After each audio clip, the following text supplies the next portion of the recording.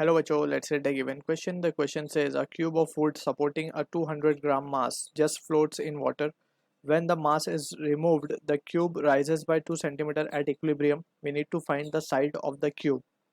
So to understand this question, we need to understand about the concept of buoyancy. So buoyancy basically we need to understand. Let's suppose we have a container, and in this container we have an object that has been immersed. Right इसको हमने completely immerse कर दिया object को. तो यहाँ पे we know when the body is been immerse in the liquid, so it experiences a force in the upward direction. सबसे पहले तो हम इसके ऊपर फोर्सेस दिखा देंगे. इसका वेट होगा mg in the downward direction that is been acting, and liquid is been offering a upthrust force in the upward direction fu. And यहाँ पे जो fu की वैल्यू आती है, the expression it comes out to be rho V g. And यहाँ पे we need to be clear with the term rho is the density of liquid. अगर हम मान ले डेंसिटी ऑफ लिक्विड इज रो, सो ये रो आएगा यहाँ पे. Volume is the v is the volume of the object immersed. अब अगर ये कंप्लीटली इमर्स्ड है तो उसका कंप्लीट वॉल्यूम लिखेंगे, अगर पार्शियली इमर्स्ड है तो पार्शियल वॉल्यूम आएगा. And g is acceleration due to gravity. So this is what the thing we need to keep in mind. Under equilibrium हम क्या लिख सकते हैं? इन इक्विलिब्रियम जो वेट होगा that will be balancing the upthrust. So this is what the situation we need to be keep in mind.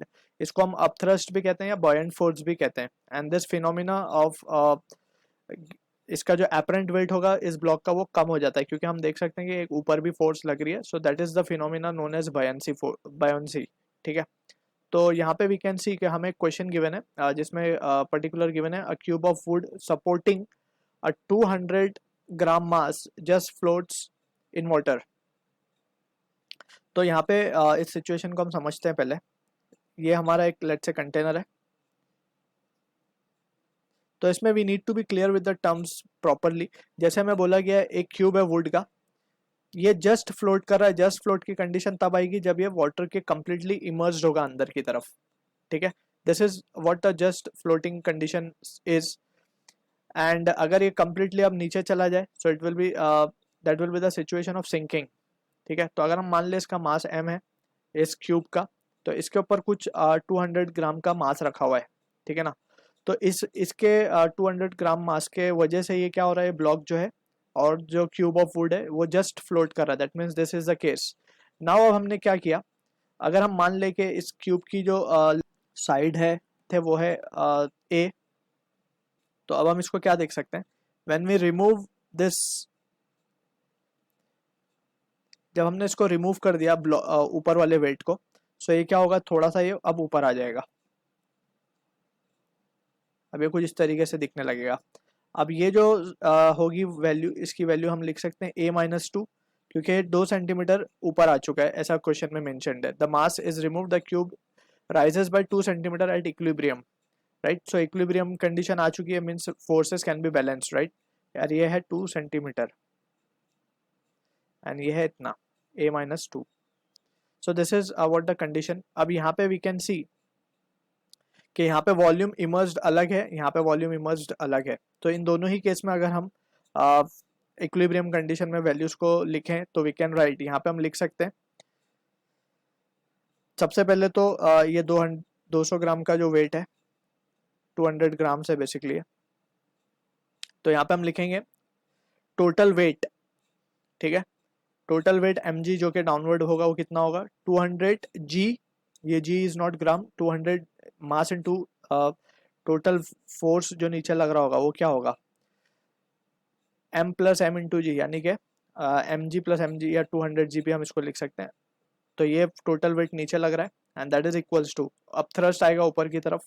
अब thrust कितना होगा, it will be rho, that is density. अगर हम मान ले डेंसिटी ऑफ वाटर है basically है, तो वाटर ही बोला गया, यस वाटर बोला गया. तो density of water into volume immersed. Volume immersed कितना होगा, क्यूब है तो ये a क्यूब हो जाएगा इनटू g.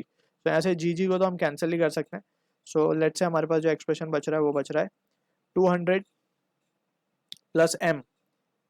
राइट, अब ये m ब्लॉक का ही m है सिर्फ, we have to be careful.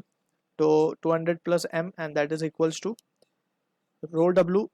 Density of water in gram per centimetre cube is 1, तो यहाँ पे 1 लिखेंगे और a cube. So since we can write rho water is 1 gram per centimetre cube होता है, केजी में 10⁻³ आएगा, बट यहाँ पे ये आएगा, ठीक है। सो this is the case, let's say ये हमारा एक्सप्रेशन नंबर है 1, ठीक है। अब चलते हैं दूसरे केस की तरफ। दूसरे केस में इसका अगर हम लिखें वैल्यू, तो इसमें तो फोर्स सिर्फ mg होगी नीचे की तरफ और अब थ्रस्ट आएगा ऊपर की तरफ। So mg will be equals to, अब इसका वो लिखा जाए तो रो डब्ल्यू अब thrust, density of water, volume immersed अब क्या होगा, L², दो साइड तो अभी भी इसकी डिप्ड है, जस्ट एक ही साइड के मीन्स हाइट के अंदर ही चेंजेस आए हैं, A² होगा बेसिकली, A² इंटू A-2, ठीक है ना। नीचे जो दो साइड्स हैं वो तो कंप्लीटली मीन्स वॉल्यूम इमर्ज्ड ही है उसका, तो ये A² इंटू A-2, ठीक है, इंटू जी, तो यहाँ से भी जी को हम कैंसिल कर सकते हैं, तो जो रिजल्ट बचेगा हमारे पास वो आएगा m is equals to, rho डब्ल्यू को भी 1 डाल देंगे, A³ माइनस 2A², कुछ इस तरीके की सिचुएशन आ जाएगी, ठीक है। सो फर्दर वी कैन से